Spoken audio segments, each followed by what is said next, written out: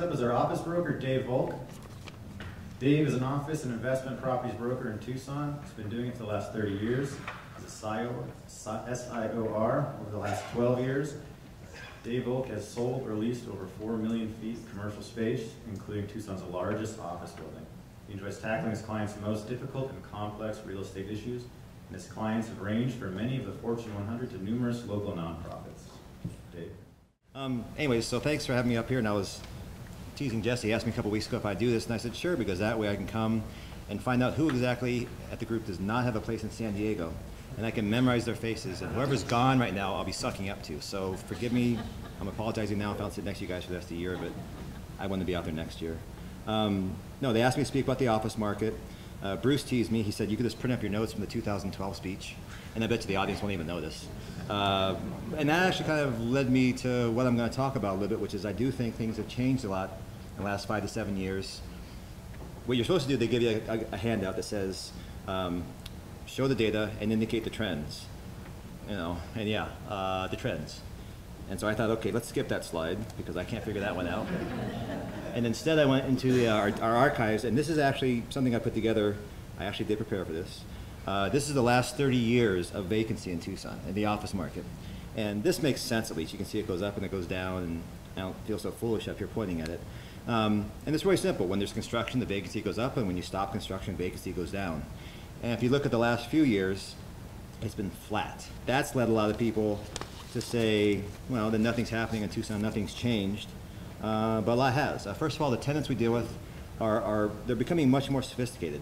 I don't know if it's the influence of out-of-town managers, but they expect modern buildings. They want 9-foot ceilings, modern finishes, you know, top quality air conditioning. And you know, you hear about the millennials insisting upon nice workspace and refusing to go to work if their bosses don't have a cool place for them to work. But that's actually pretty pervasive throughout all the various groups we deal with. We're even seeing nonprofits who now realize that it's much, much, much cheaper for them to simply pay a few dollars more for nice office space than to pay each and every employee an extra $5,000 or $10,000. So a lot of the mainstays that would go into classy office space, like our nonprofits or you know our lower income tenants, they're upgrading their space too. So pretty much across the board, tenants are wanting nicer office space. And that's having a big impact on where the tenants are going. Our overall vacancy and absorption hasn't changed much, but the tenants are moving from the B's and C's to the B's and A minuses. And I do keep hearing also a phrase I kind of want to dispel, that tenants can move to a nicer building and pay the same rate. And I've heard that a lot, but actually when we looked at most of the tenants we've relocated, they generally are going to a nicer building even if they have to pay $1 or $2 a foot more. So if they're really focused on budget and simply going to the same price building, they wouldn't be willing to pay $1 or $2 more. The focus is to get a nicer space for their people. And most of the tenants we deal with end up paying more. If they stayed in place, they could probably drop the rate a couple bucks. Instead, they're paying a couple bucks more to move. So the result is that the Class A quarters, Sunrise Road, very, very busy. Bruce is here. He and I took a client out 3 months ago, identified 5 spaces. They put things on hold. They went ahead and back again. And 2 weeks ago, we went out looking, and 3 of the 5 spaces have been leased. And you know, this is the Tucson office market. That's not supposed to happen. So Sunrise has been really busy. Riversboro has been really busy. Downtown, the buildings are fixed up. We're seeing a lot of activity from smaller tenants. And actually kind of prove my point, I only have one more slide. This one I put together last year.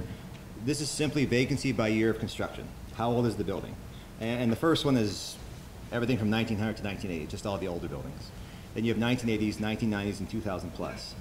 And it's just pretty obvious, without going into detail, that the more modern buildings are going to be more expensive, and they're going to be nicer, and they're more in demand. If people were focused on budget and money, this graph would be reversed. The cheaper buildings are on the left, and they should be full. But instead, the cheaper buildings are actually emptying out to some degree, and people are moving to the nicer ones. This is also causing some swings in value. I've seen both demand from tenants, but mostly values are just wildly diverse. Now James is here. He sold a building for $450 a foot. I don't know why you're not in San Diego. I'd be taking the month off. But there's a thing called a commission. You should have talked about that. Anyways, no, but I mean, the cap rates for net lease buildings are just, they're crazy. And user prices for buildings have really been rebounding. The newer office condo buildings for a little while, a couple years ago, they started to almost dip down to like the $130 foot range. In the last couple years, they've gone way back up to the 175, 190 range is very typical now. Two-story frame stucco buildings on the far east side of Tucson, you know, not a lot of tenant demand for those right now, and then so the investors and lenders aren't real thrilled with them, and probably good for a good reason.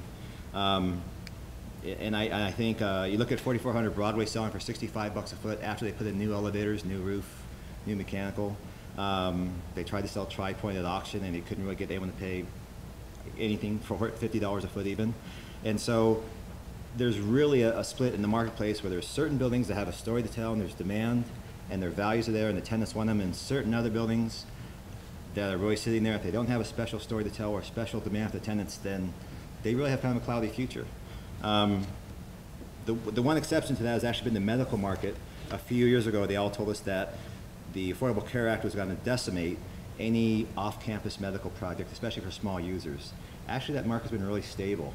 We didn't see the flight out of those buildings. We thought everyone would have to leave their single practice and go to a group practice. But actually, of all things out there, that market has been fairly stable. So, and then the last positive thing I'm going to throw out there, I don't know how much time I have, but is lease terms. You know, in 2005, everyone signed 5-year leases. In 2009, they were afraid to even sign a month-to-month renewal. Then they started doing 1-year extensions, couldn't get authorization from the home office to do anything. Then we used to joke a couple years ago that 3 is the new 5, that 3 years is the new 5-year lease term. And now most of the leases we're signing are back to being 5 years again, whether it's a local Tucson tenant or a national. They still have some out clauses, but most of our leases are back to 5-year leases again, which is kind of a behind the scenes that things are getting better, and the tenants at least have the courage to sign longer leases. And this last one won't show up in the stats or anything, but just our office, we are getting people coming through that we've never seen before. The national users, along with the national investors, but I mostly mean the national users for office and industrial, big employers, we're on the radar. They're looking at Tucson when they do a multi-market search of 5 or 10 cities to move their new offices to. And we're seeing, you know, 10 times, 20 times the flow we ever saw before of major employers.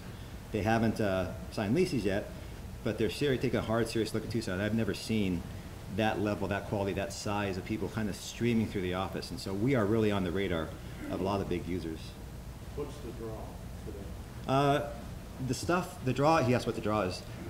It's the stuff that we've all heard so long that I'm a little bit jaded about. Our lifestyle, our mountains, the outdoor healthy lifestyle, our university research town, affordable housing. You know, maybe things are so crazy in Austin and San Francisco that finally matters. But it's the stuff that I think we've all heard for 30 years, and yeah, I heard that. You know, that's why I moved here 30 years ago. I thought, oh yeah, town's gonna go crazy. But they're actually, the people that come in from out of town are more bullish in Tucson than we are. They see the city, the mountain, the biking, the lifestyle, the U of A, and they say this is a gold mine and people want to live here. We have worked with some small offices of some national computer firms that their people insisted on being here. Their programs didn't want to leave, and so we've had some large corporations quietly sign small leases for 5,000 feet because there's a group of 25 or 30 programmers that really wanted to be here. And the out-of-town people who are used to crazy prices, and like I said, in California and Austin, I think, to see that.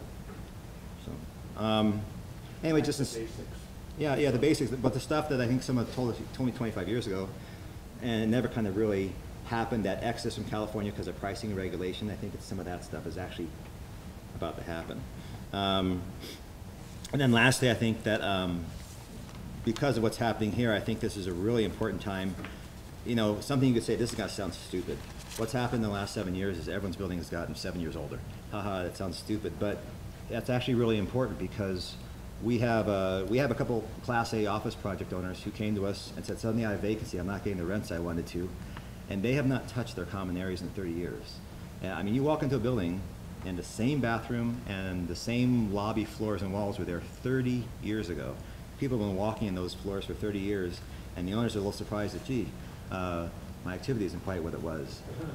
You know, honestly, you guys are laughing, but we have this conversation with clients, and if any of you have a building out there that you haven't touched it in 30 years, you need to go back and take a close look. Even if you have occupancy right now, you could be in jeopardy later because your tenants know, and the new tenants in the marketplace know, they can see it. They walk into the building and they see that things aren't quite up to snuff.